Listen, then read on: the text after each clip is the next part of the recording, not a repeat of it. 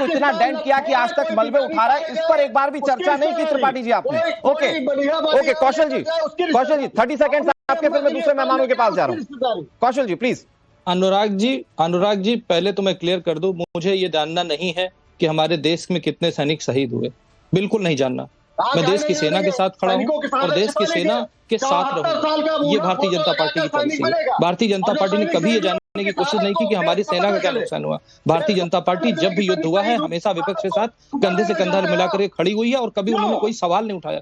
सोना के 100 रुपए सवाल नहीं उठाया। मेरा सवाल ये है, जो पॉलिटिकल विल की बात करें, पॉलिटिकल विल पहली ये थी कि इन्होंने तिब्बत को जाने दिया चाइना में, वो क्यों किया? चाइना के साथ जब युद्ध हुआ था तो एयरफोर्स को इन्होंने अलाउ नहीं किया, क्यों नहीं किया? जब इन्होंने जनरल मानिक साहब थे जो फील्ड मार्शल बनाए गए थे, उनकी पेंशन को 72 से 2008 तक क्यों रोक के रखा?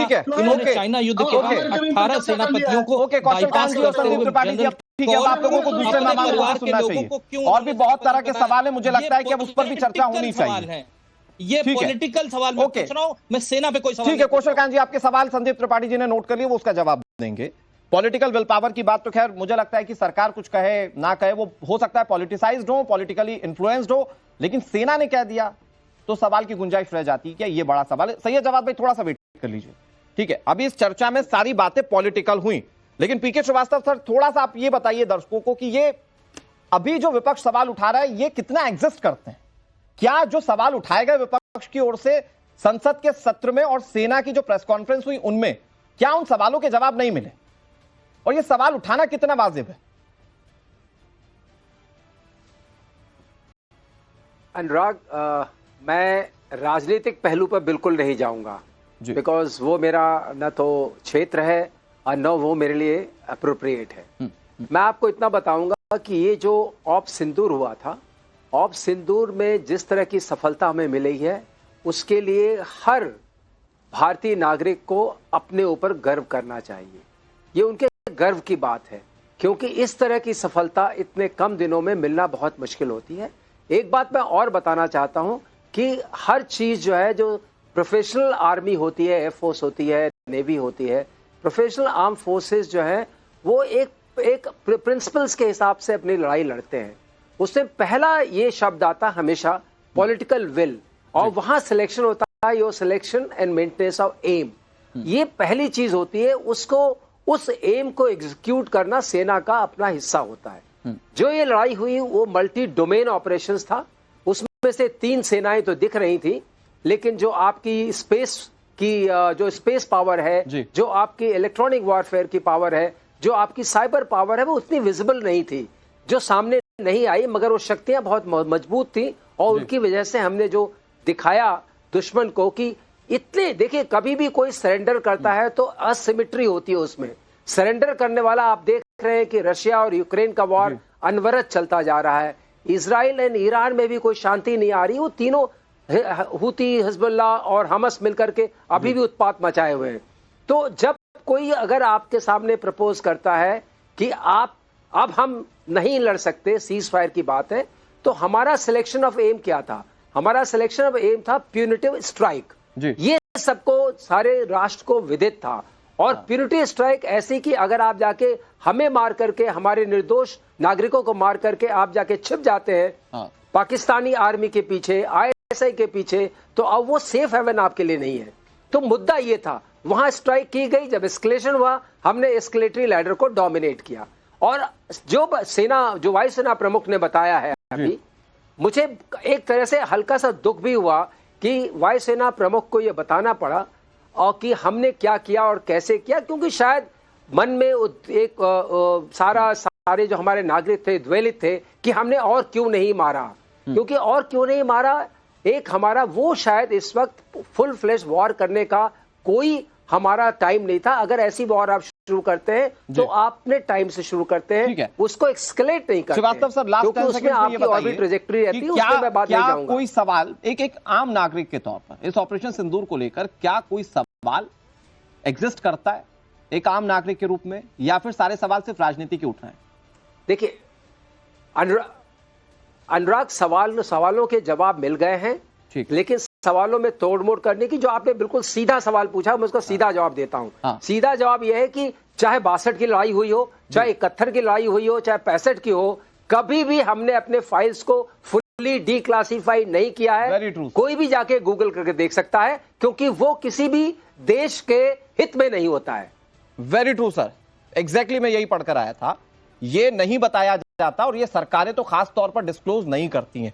तो सही है जवाद भाई, लेकिन सवाल ये है कि चूंकि हमने कांग्रेस के प्रवक्ता से बात की, वो अच्छा बोले, मतलब मुझे लगता है राजनीतिक तौर पर ऑल ग्राउंड इज योर, आपको जो पूछना है पूछिए, राजनीतिक पार्टी के प्रवक्ता बैठे हैं वो जवाब देंगे।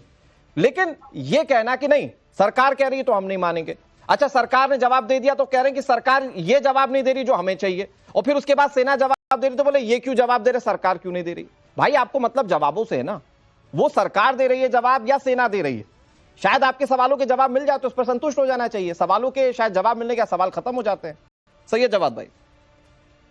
जी अनुराग भाई, सभी को मेरा जय हिंद जय संविधान। बड़ा एक मशहूर शेर है कि तू इधर उधर की ना बात कर, ये बता के काफिला क्यों लूटा, मुझे राहगरों से गिला नहीं, तेरी रहबरी का सवाल है।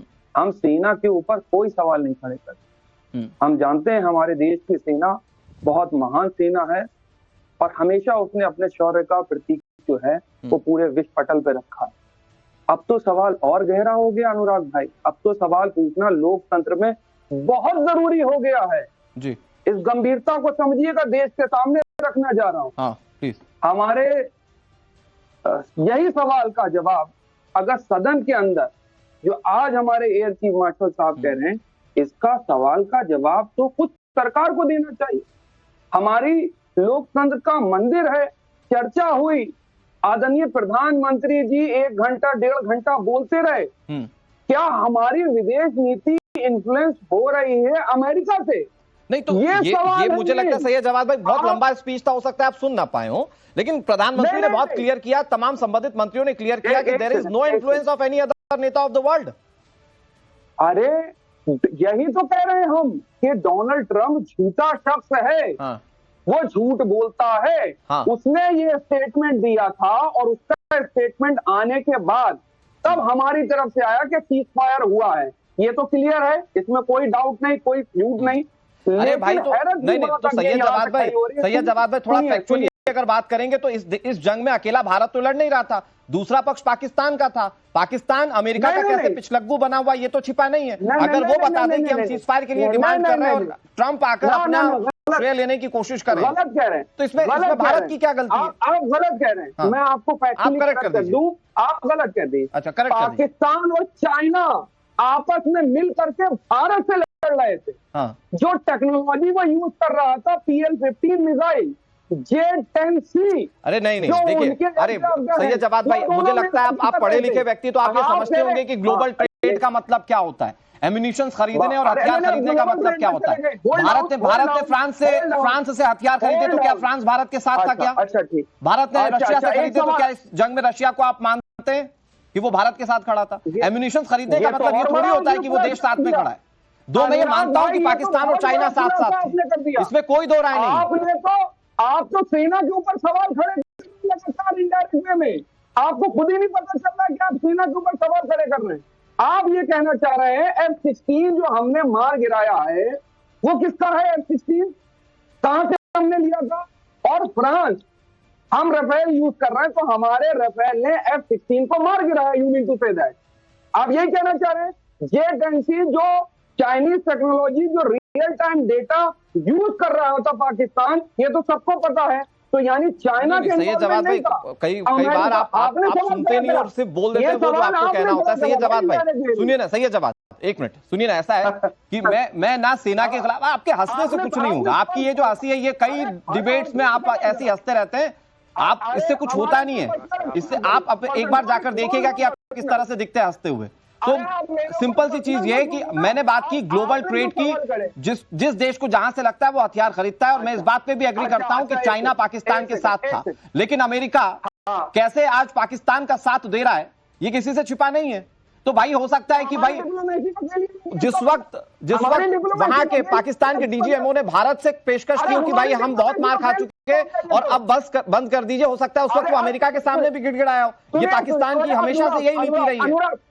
अनुराग एक सेकंड जल्दी। यानी आप ये कह रहे हैं कि अमेरिका पाकिस्तान का साथ देने लगा, चाइना जो है टेक्नोलॉजी और वार में समर्थन पाकिस्तान के साथ था, और अचानक से अमेरिका हमारे विरोध में खड़ा हो गया, तो यानी हमारी डिप्लोमेसी का फेलियर हो गया, ये कहने का मतलब है आपका, जो आप इनडायरेक्ट वे में कह रहे हैं। दबाव में बताइए, सच बोलिए, सब बताइए, दबाव में ऐसा है। सही है जवाब भाई। ये दबाव जैसे आप कैमरे के आगे आने लगे ना, वो दबाव दिख गया कि किसके ऊपर था। पहली चीज। दूसरी चीज ये है कि भले ही अमेरिका ने पाकिस्तान का साथ दिया हो, मैं बहुत छाती ठोक कर बोलता हूं कि हमारा देश अकेले लड़ने का सामना रखता है, मादा रखता है, और वो हमने दिखाया। ठीक है, एक मिनट, ठीक है। नहीं, करण वर्मा जी, मतलब जवाब कौन दे रहा है ये ज्यादा मायने रख रहा है इस वक्त। जवाब मिल रहा है ये मायने नहीं रख रहा भाई। पाकिस्तान का साथ अमेरिका ने दे दिया, चाइना ने दे दिया, भारत कितनी मजबूती से खड़ा रहा और पाकिस्तान को कितना मारा, इससे मतलब नहीं है। क्या भाई करण वर्मा जी नहीं जवाब दे रहे, ठीक है, ओके, सही है जवाब भाई। और थोड़ा प्रेशर में कम आइए, आप कैमरे पर आगे आ जाते हैं, ऐसा लगता है बाहर निकल जाएंगे। सही है जवाब है, पीछे बैठ के आराम से प्रेशर में मत आके जवाब दीजिए। करण वर्मा जी, ठीक है, पर्सनल नहीं हुई, सवालों के जवाब से भागिए मत, डरिए मत। अरे नहीं, वो प्रेशर वाली बात आपने कह दी थी ना, तो वो मुझे समझ में आया कि प्रेशर कहां दिख रहा है। अनुराग जी, आप इनको रोक ही नहीं पा रहे भाई। नहीं, सही है जवाब की आवाज कम कर दीजिए। ओके, करण वर्मा जी, बोलना ही नहीं बंद कर रहे हैं। करण वर्मा, देखिए अब जरा, मैं हमारे जो कांग्रेस के मित्र हैं और सैयद जमवाद हैं, दोनों, इन्होंने एक झूठ बोला जो मैं जरा अगले 30 सेकंड में बता रहा हूं। इन्होंने बार बार कहा, एक झूठ, एक मुखौटा पहन रखा है, हम सेना की तो इज्जत करते हैं। अब राहुल गांधी खुल के कहते हैं नरेंद्र सरेंडर, यानी कि वो सेना का वर्जन नहीं मान रहे हैं हमारे डीजीएमओ का, कि पाकिस्तान के डीजीएमओ ने वहां से भीख मांगी कि भाई सीज फायर करो या ऑपरेशन को रोको, वो कह रहे हैं नरेंद्र सरेंडर। तो ये किसका तिरस्कार हुआ? ये हमारी सेना के डीजीएमओ का तिरस्कार हुआ कि नहीं हुआ? यानी कि साफ है, अगर आप नरेंद्र सरेंडर बोलते हैं तो आप सेना का तिरस्कार कर रहे हैं। Point number 1। दूसरी बात, ये जो आज एक सबको ऐसे चक्षु खोल दे रहे हैं सबके कि अरे चाइना पाकिस्तान के साथ खड़ा है। अरे साहब, 1971 में यूएस ने अपनी 7th फ्लीट तक भेजी थी। एक इस्लामिक नेशन ने, ओआईसी ने पारित करके रेजोल्यूशन हमारे अगेंस्ट दिया था। आज किसी ने हमारे अगेंस्ट रेजोल्यूशन नहीं पारित किया, उल्टा सबने कहा आपको हक है आत्मरक्षा में दूसरे देश तक में जाने के लिए, जैसे जर्मनी ने बात कही, ओआईसी के देशों ने कहा। वेपन कोई अगर किसी से खरीद ले रहा है, उससे क्या हो गया बात? वो तो खरीद ही रहा है चाइना पाकिस्तानी, तो हमें पता है आपकी विदेश नीति क्या थी 1971 में। और एक बात मैं कहूंगा, ये बड़े भोले हैं करण जी, आप अपनी बात कीजिए, पॉलिटिकल ये बड़े भोले हैं, जिसने सीपीएसी के लिए चाइना को जमीन दे दी, पर जिस पाकिस्तान ने सीपीएसी के लिए चाइना को जमीन दे दी, खुद को गिरवी रख दिया। ये चाह रहे हैं कि वो चाइना भारत का साथ दे दे जंग में, और अपने 54 सोल्जर तक नहीं वापस लिए। जब हमने अपना जो लैंड एक्वायर कर रखी थी पाकिस्तान की, भुट्टो को वापस दे दी, और सैम मानेकशॉ जी ने तब कहा कि Bhutto made a monkey out of Indira Gandhi, तो उनकी डिप्लोमेटिक स्तर पे हार थी। पॉलिटिकल वैल्यू उन्होंने भी दिखाई थी, जहां जो दिखाए उसको मानिए, पर आज आप देश की सेना के विरुद्ध खड़े हो चुके हैं। जब आप कहते हैं नरेंद्र सरेंडर, जब परिणीति शिंदे खड़े होकर कहती है ये सब नौटंकी चल रही थी, जब राहुल गांधी